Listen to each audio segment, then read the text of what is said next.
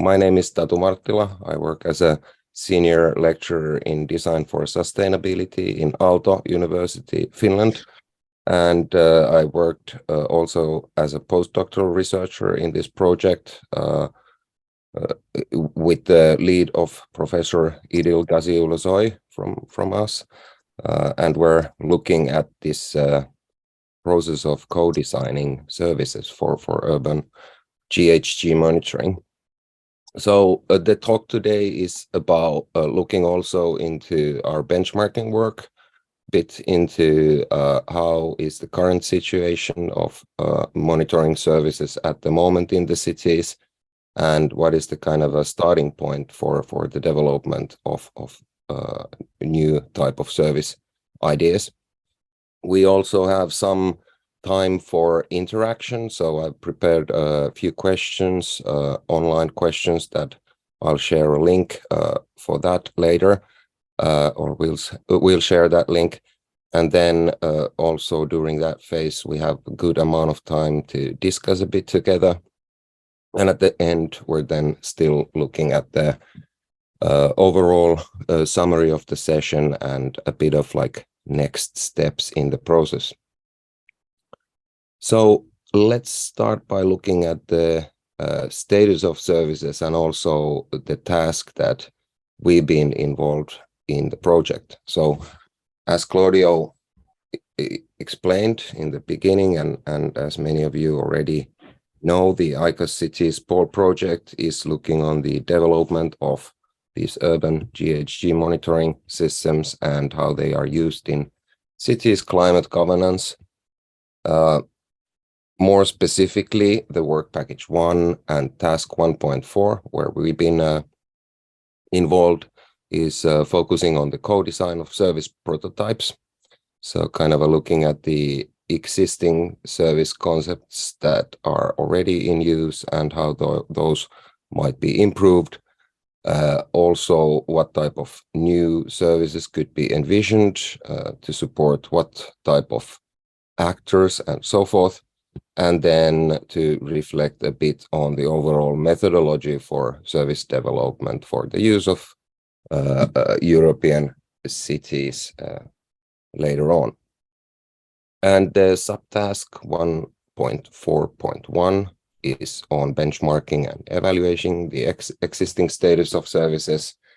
And we've been conducting background research and interviews to produce a report on this, available also from the ICOS deliverables depository from the link that you have on the slides, and most of you probably already are aware of.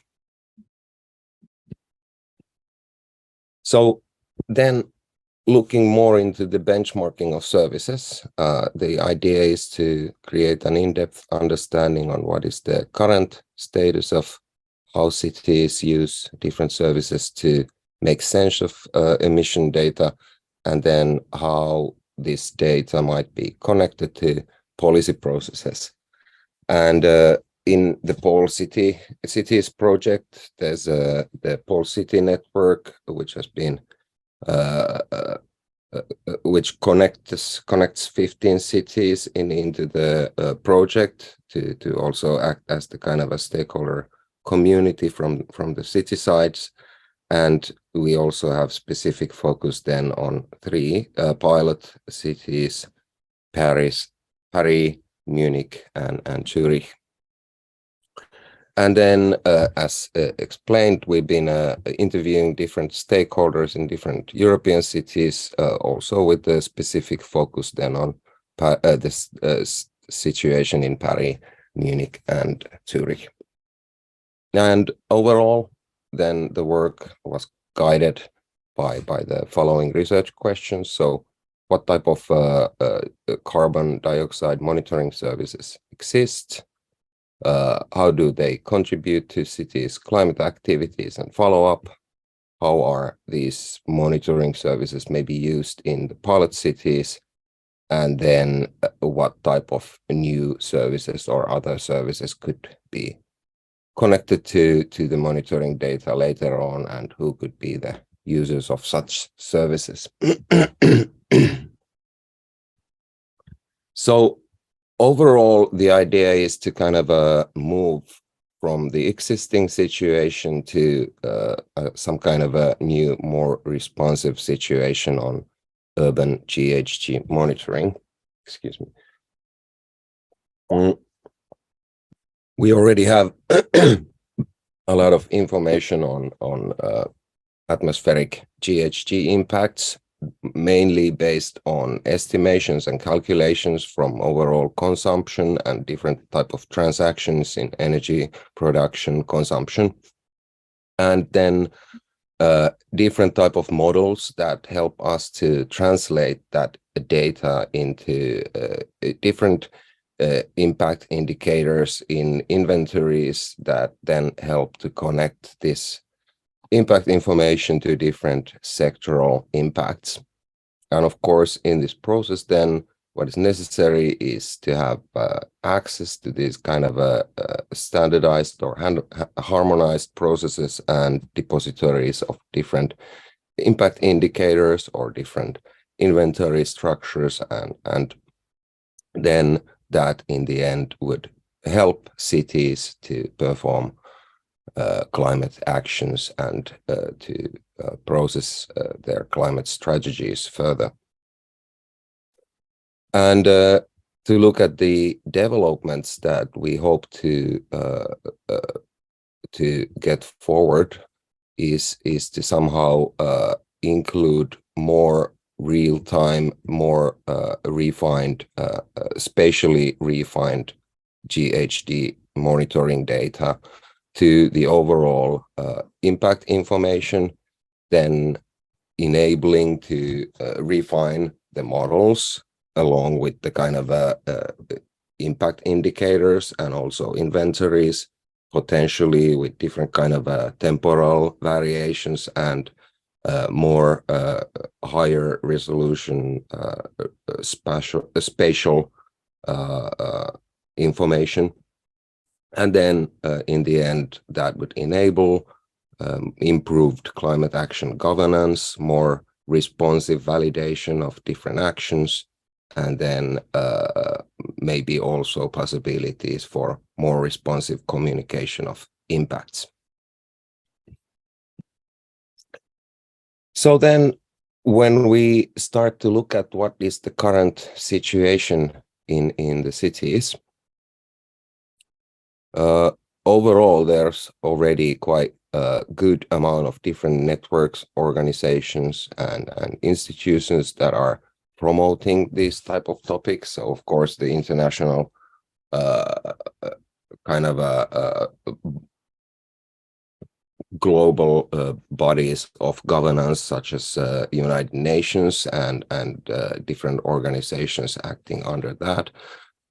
Also, the kind of more regionally important players like European Union have been promoting these type of initiatives a lot. And we have, like, for example, this integrated global greenhouse gas information system, which is operating under the United Nations and World Meteorological Organization.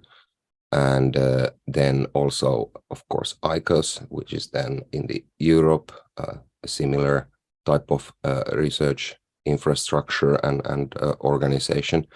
And then we have also an increasing amount of different non-governmental organizations, global organizations that still connect strongly to governmental and municipal action. So we have, for example, the Global Covenant of Mayors, who's been very proactive in promoting the kind of urban sustainability and also the monitoring and validation of climate action. We have ICLEI, Local Governments for Sustainability, also a very large organization or network of different regional governments. And then also this kind of a global network of a more limited number of cities, C40 cities, which anyways includes many very big cities, these kind of mega cities. So that network has been also proactive in even in developing these kind of standardized systems and protocols for GHG impact assessment for cities and other organizations.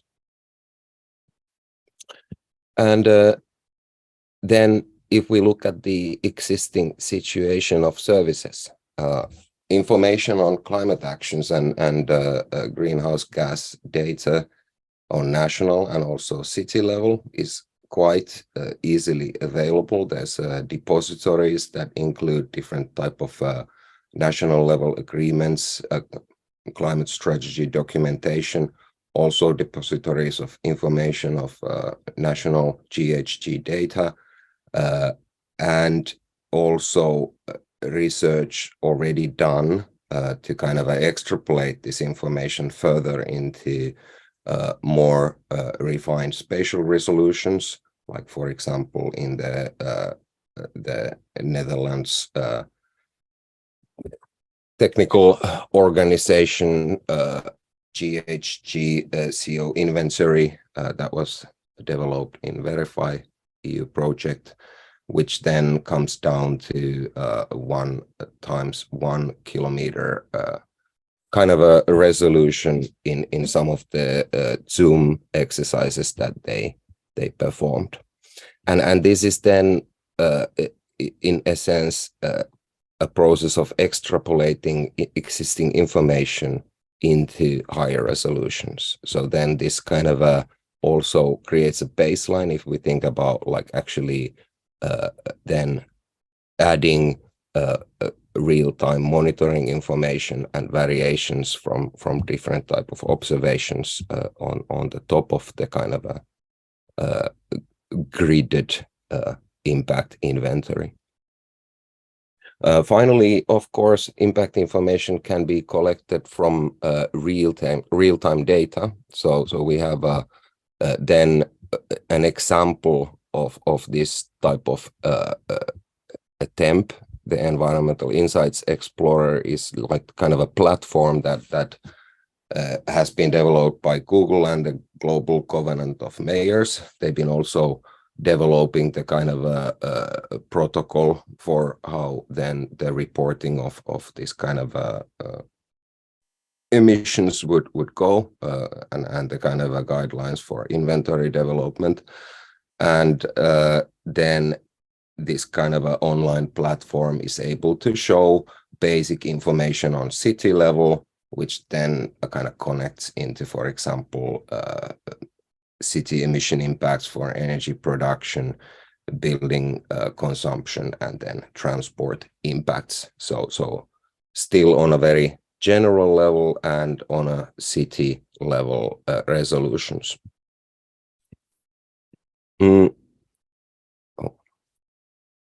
And then new tools also exist or are being developed to connect to this kind of a finer resolution, spatially gridded, near real-time observation and monitoring data, and different type of service platforms are also developed to support climate actions. So then, of course, these kind of a new monitoring networks that are being developed as we speak, and to what I'm gonna briefly come back when I talk about the pilot cities. These monitoring networks enable this kind of a different measurements of impacts that then can be utilized for different purposes, but to then connect that to specific actions or impacts on sectoral level would still require the combination to the kind of a baseline modeling and existing models that we have for atmospheric interaction and how certain societal interactions translate into consumption information and impact information. But we already have, as mentioned, example services also based on evaluating climate actions and GHG impacts on a sectoral or gridded basis. So Climate OS is one example of by Climate View, which is the kind of a collaborative decision-making supporting platform for cities, but it enables the simulation, the visualization of existing GHG data and simulation of different actions that then might connect to cities' climate transitions. Then another type of tool or tool set by Origins Earth, which is also involved in the Pole project as a project partner, is this Vision Carbon or Meteo Carbon platforms, which are different type of tools for visualizing GHG impact on a very refined spatial resolution, and then and visualizing the impacts of different climate actions with the same type of thinking. And also we've been in the Pole project, we've been developing one tool called Climate Plan Mapper, still under development, that would then help to also simulate different impacts on a very high resolution, so kind of basically on a district or block level from different type of climate actions and different developments. And the different service platforms look different. So a Climate OS is more of the kind of a general dashboard that you have information of different sectors and the kind of a development or the process in time, also in kind of in predicting the impacts of future actions. Vision Carbon interface, as you see on the right side, is then a lot more about like the kind of a spatial dimension. So it enables the kind of a visualization of different areas and their impacts, and potentially also through that way kind of a development of or consideration on different developments and new initiatives and where different actions could be meaningful. And also there's the kind of elements for to support the kind of decision making, so to kind of visualize, for example, sectoral distribution of different impacts. However, when we think about the city actors and how they require or what type of data they need from the urban GHG monitoring, the type of services are not directly connected always to the city's needs. The current situation is that cities are communicating progress in climate actions not that much continuously, but rather when revisiting targets or according to some kind of annual cycles.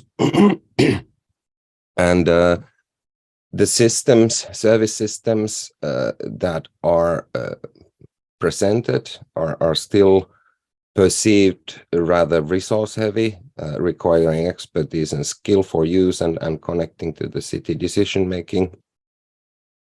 And furthermore, the progress in climate action also requires translation, not only into GHG impacts, but then more broadly into sustainability impacts to then be communicated to the citizens.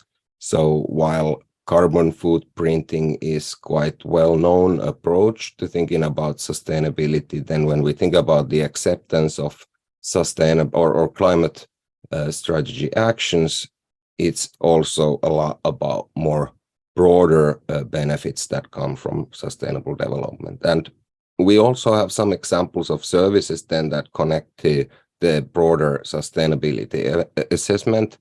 And there, one key framework is sustainable development goals and how you might maybe connect some improvements there. So even if we have the kind of a GHG impacts already in use in cities communication, we would still need to think about how these type of developments are then connected to broader sustainability goals.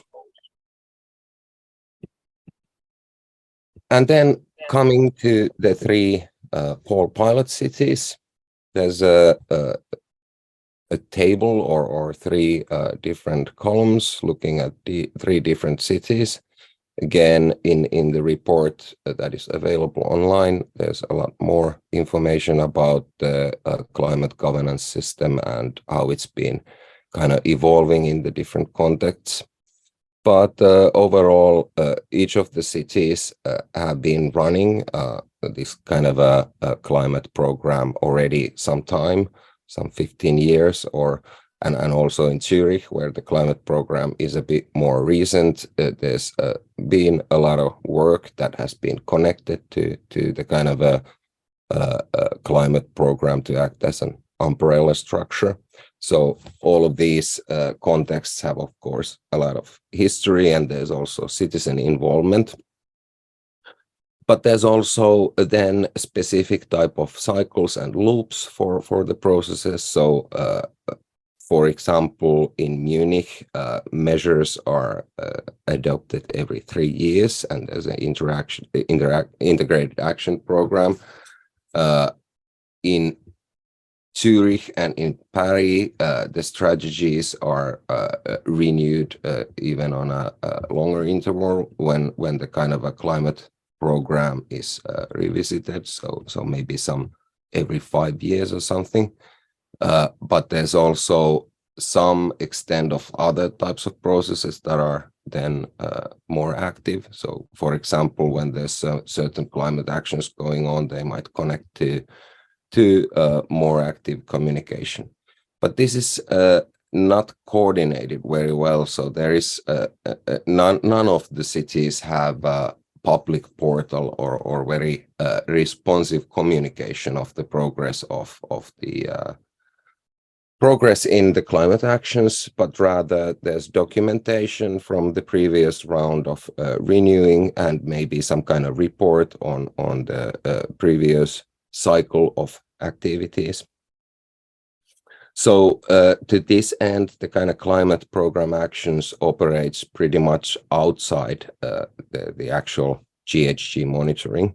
However, all of the cities also have some kind of a carbon dioxide monitoring system. In Paris and in Munich, there's high accuracy networks and very good resolution of information. In Munich, there's also been a work kind of connecting with the a lot of work connecting to the TNO GHG CO inventory. So kind of looking at the treated data in comparison with the monitored data and what are the kind of differences. And then, for example, in Zurich, there's also work on specific work on developing this kind of a mid-cost sensor network that would be maybe good to utilize in more mid-scale urban contexts where there might not be resources for high accuracy networks of measurement devices. And then there's also in Zurich, there's been a lot of work in looking into the inventory development. So how then that data contributes to the actual impact inventories. So all of these cities have work and activities that are taking forward also the kind of a pole cities type of activities. However, the climate program and the monitoring data is quite separate processes and separate networks. So then when looking at the summary of the results, what type of carbon dioxide or GHG monitoring services exist and how they contribute to climate program activities. So there's only a few examples of this kind of real-time monitoring or near real-time monitoring. Rather, this monitoring data contributes to the inventory development, and then the inventories are utilized for impact inventory information is utilized in looking at climate program actions and what type of impacts they produce. So there's a quite indirect connection. And also the way climate program actions are monitored varies a lot from action to another, from sector to another, and in general is having quite limited connections to the monitoring data.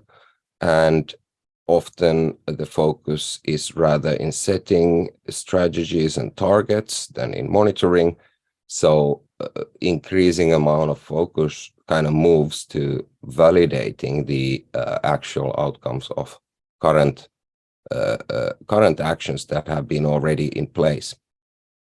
However, there's a lot of case studies and scenario work, case studies that can connect to research communities where actually then the kind of monitoring data can be connected to different models and different inventory developments, and then that eventually can also help to connect to the kind of a more improved understanding on climate program actions.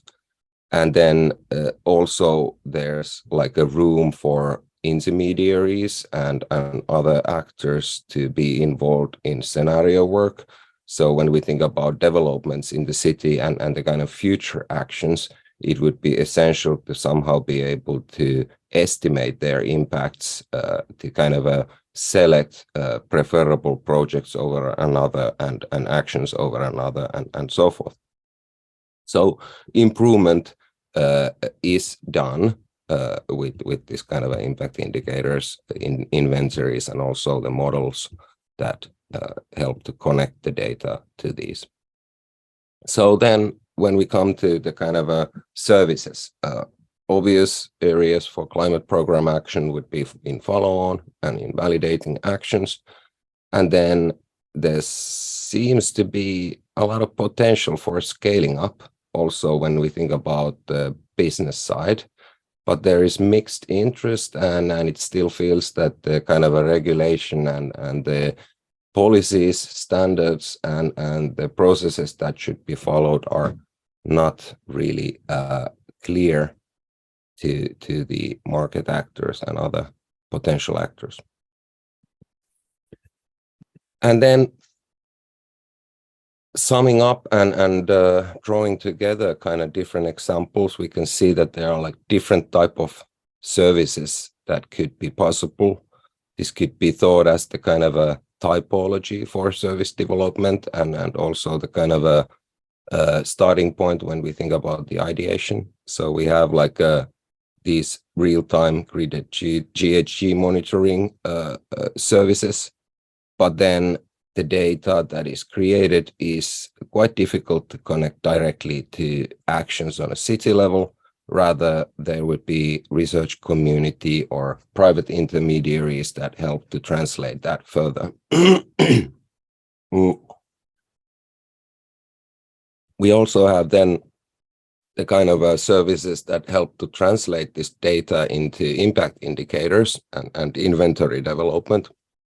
There we already have like also increasingly the city planners and policy developers involved, but it's still very resource heavy and would probably need also intermediaries to kind of take action forward.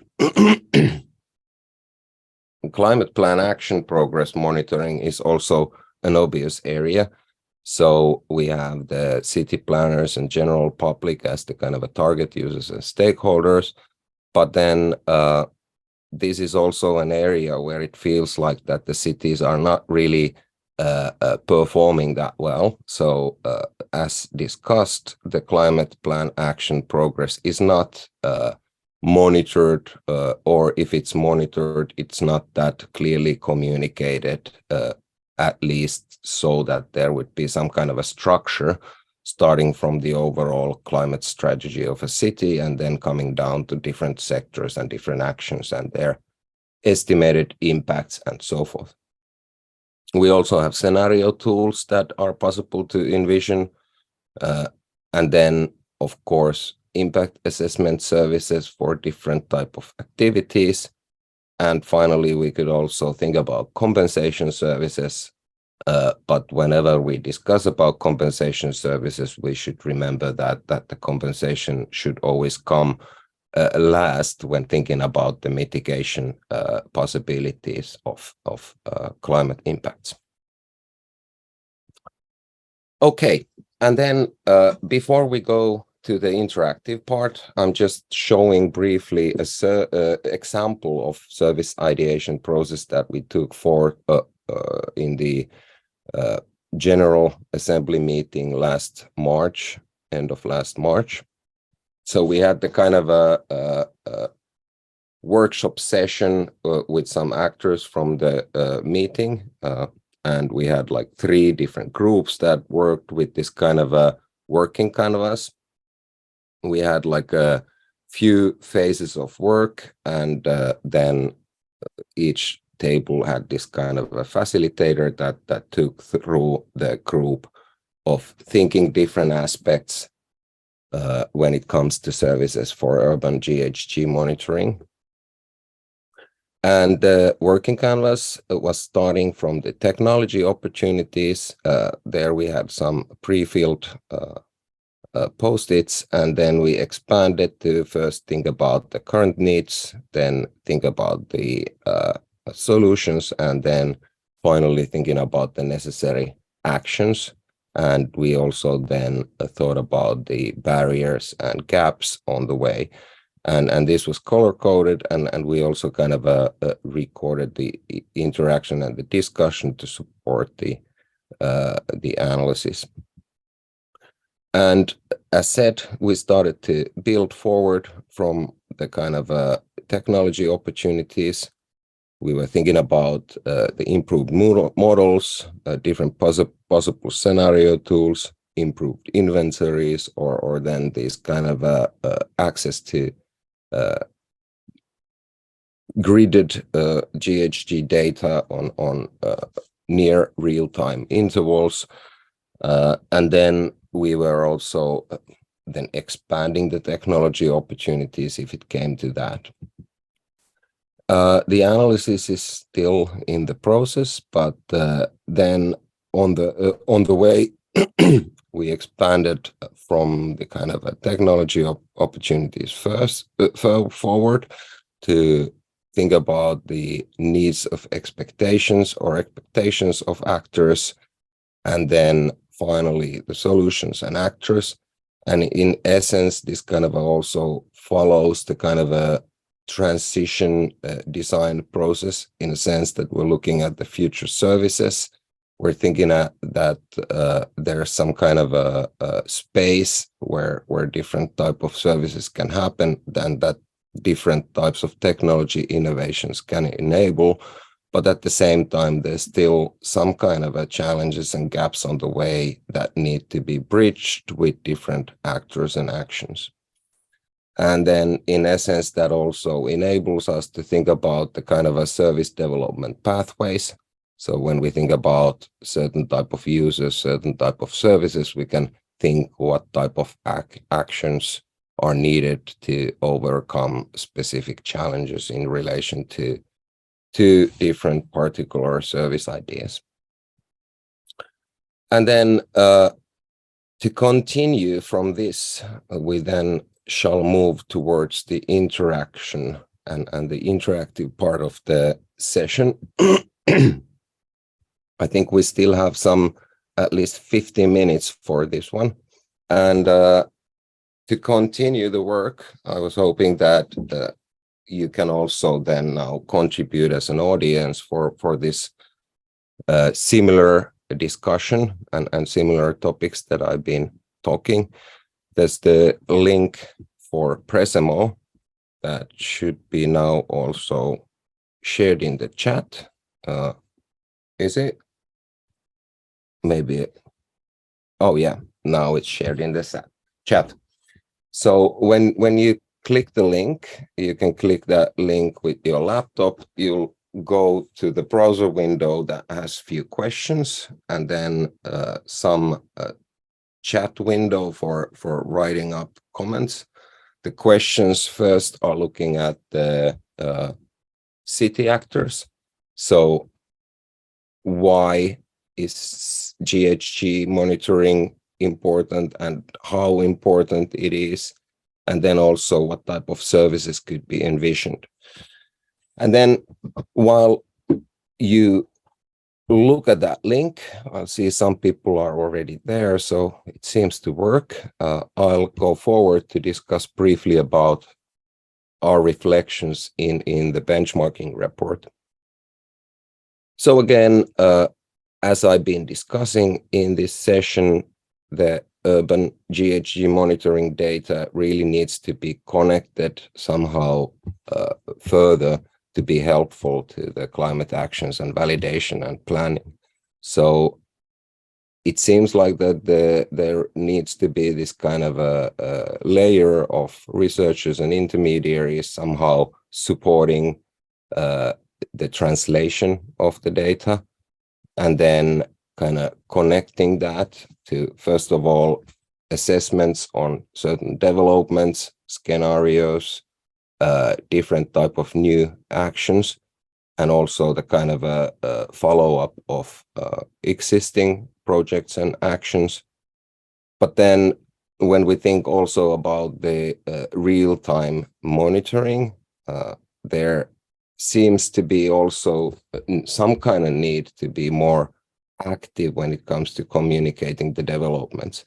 And probably it doesn't connect to the GHG data that much, but rather to certain type of climate actions and their more broader impacts on sustainability. And of course, for the city actors, citizens are one core group of stakeholders.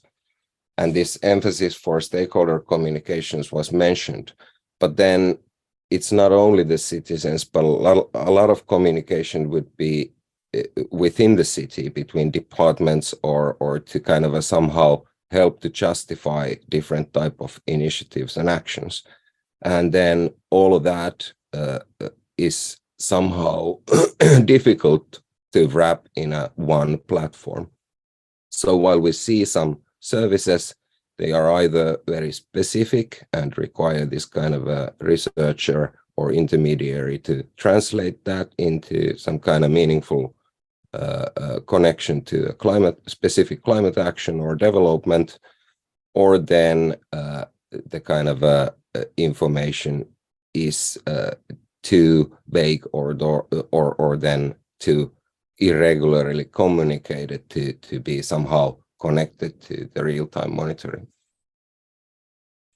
All right, let's check a bit at the results. So I'm going to now close the voting, and let's then navigate to the other screen. And we should have the results here. So I hope you can see now my browser window. The real-time urban GHG monitoring for city actors is very important or somewhat important. And this is quite natural when we look at it, but I think what's maybe meaningful and what also maybe reflects a bit of the discussion that I've been doing during the session is that there's a quite balanced share between very important and somewhat important. When we look at the reasons why this kind of monitoring would be important, it's mainly to monitor progress in climate strategy and to validate climate actions. And this is also an area where, as discussed, there's a big gap. So when we think about how the monitoring of progress in climate strategy happens, it does not directly connect to data, but rather it connects to data only through inventories and then kind of estimated calculations. So there's still this kind of a gap to bridge. And maybe the question then also is that, is it okay that these kind of processes stay different? So in the end, do cities need to monitor the progress based on data, or is it sufficient to monitor the progress based on inventory information? So that's one question that kind of remains. Let's look a bit about the purposes. Why is it important? I don't have time to read this all, but I'm sure we can also share the results later on after the session is over with the participants, so I can make a compilation of this.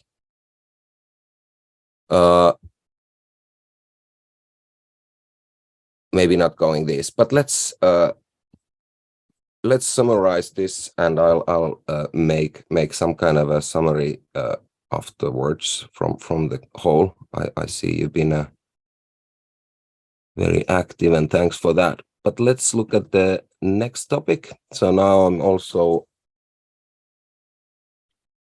closing the previous from the questionnaire and opening a new one.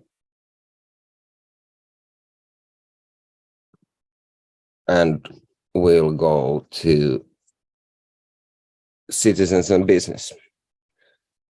So then, as discussed also, the business is one key player potentially helping to bridge the gap. So thinking about the services that can be created to connect the data with climate action. But then when we think about business, it's of course that increasing number of sectors are coming to be governed by the Paris Agreement. So also for them, it becomes more important to somehow be able to measure their impacts. So not only as a business opportunity, but maybe also as a requirement for future business. And this is also some question that I pose in the platform, in the Presemo platform. We could think that also then organizations like companies could be interested of communicating the progress in their climate actions. Many companies are kind of making some claims, so also the validation of claims. And then again, when it comes to somehow this compensation or being able to look at the whole of impacts, many organizations have communicated that they aim to become carbon neutral, and then one strategy there is to offset somehow the remaining emissions. And of course, this then would call for refined measurements. And then when we think about business, we could also think about citizens.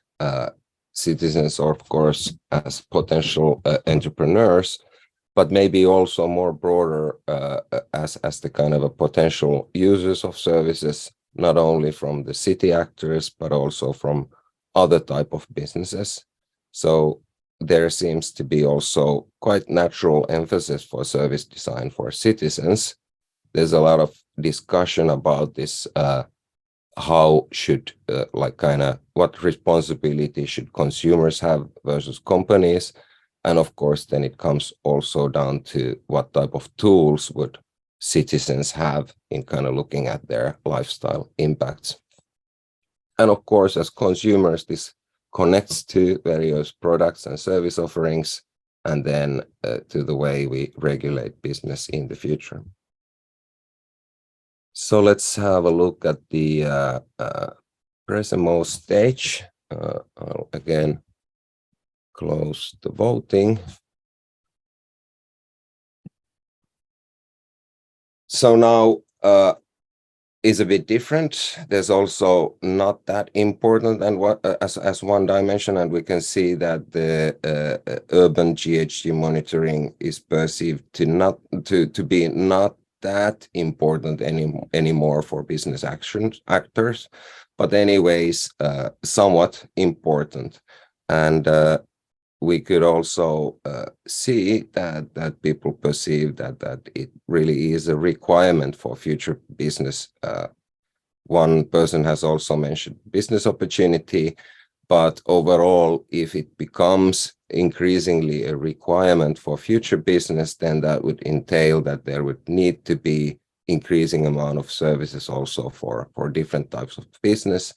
And then if it's not connected directly to urban GHG monitoring near real-time data or that type of thing, then at least it needs to be connected through some kind of a inventory developments. So again, not gonna go, well, maybe now we don't have that many comments here, so we can look this through. Business actors, they would need to be able to utilize services for improving energy consumption actions, and then they could be maybe also developing these kind of distributed monitoring networks. Obvious areas, but also, as said, the markets are not really evolving. So also when it comes to this kind of a monitoring system and monitoring platforms, cities seem to be uncertain of what is expected. So then it's difficult business case for the business actors also. For the citizens, visual tools to follow development of emissions in their own life, in the surroundings, and also in their city. So again, it comes down to the fact that the cities are not that actively communicating of their climate action as a whole, but rather different projects or different maybe regional actions might be communicated more actively, and overall that is not very well coordinated or connected to this kind of a continuous reporting.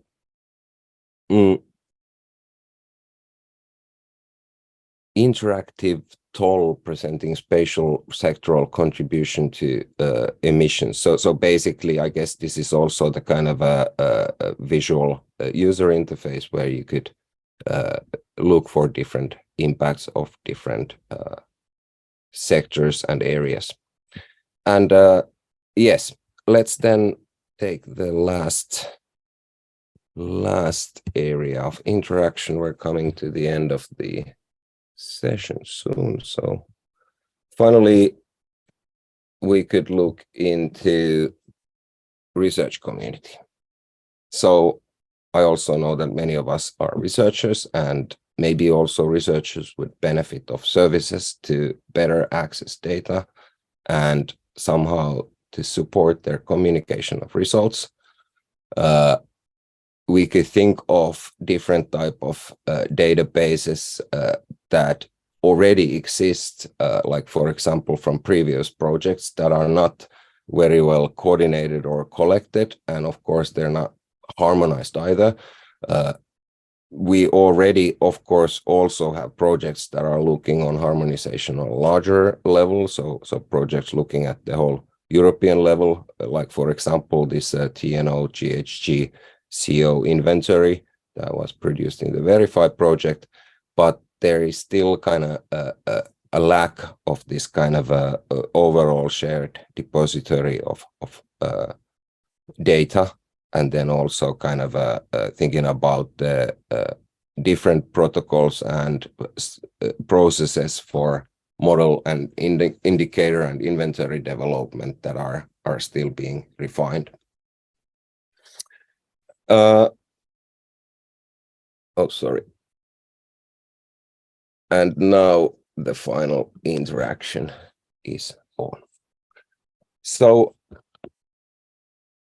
overall, we can then go back to the Presemo and yes, sorry, I didn't open the final page on the survey, but now it's on.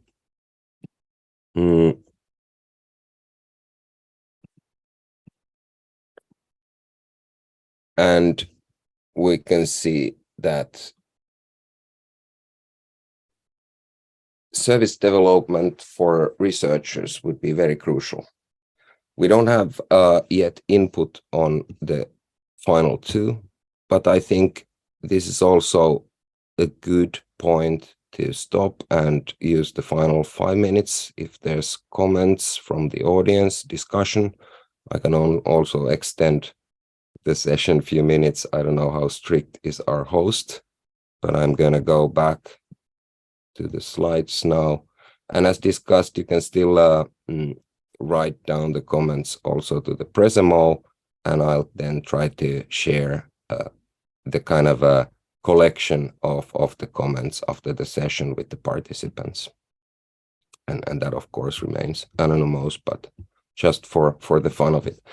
And I'm going to conclude with just the final slide, summing up and next steps. So we'll continue this work, and the idea is to produce this kind of a deliverable on then service ideation project and ideas and design approaches after 24 spring. And then we'll continue to work with the portfolio of services for the use of city actors across Europe. And here I also then mentioned that we'll stay in contact with Pole City Network actors and with the extended ICOS network when it comes to the next steps in the interaction. Thank you. And yes, let's open the floor if there's still a few minutes for questions and answers. Well, thank you so much, Tatu. That was a fantastic talk. Very much enjoyed that. And I think I would like to give the microphone to Oksana. She has a couple of questions. Oksana, please feel free to go ahead. Thank you so much. It was really a cool presentation, but I noticed one very important thing when you talk about the urban domain.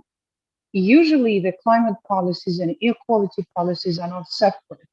And I haven't seen any mention of the need for actually integrated approach in the cities. So kind of the climate strategies and the climate policy were taken completely away. But if you extend it to integrated climate and air quality policies, you extend the number of the potential users and the number of the potential databases which are available are in a more comprehensive way. This is point number one. And point number two, I was just curious, there were several databases which were mentioned about the general information about the cities in their commitments. How consistent are those?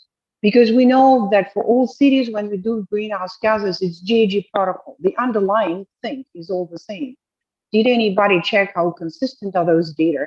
And what is the underlying protocol which is used by all those platforms? Because if it is GHG protocol, then WRI, the World Resource Institute, should be the partner in this conversation. Thank you. Thanks.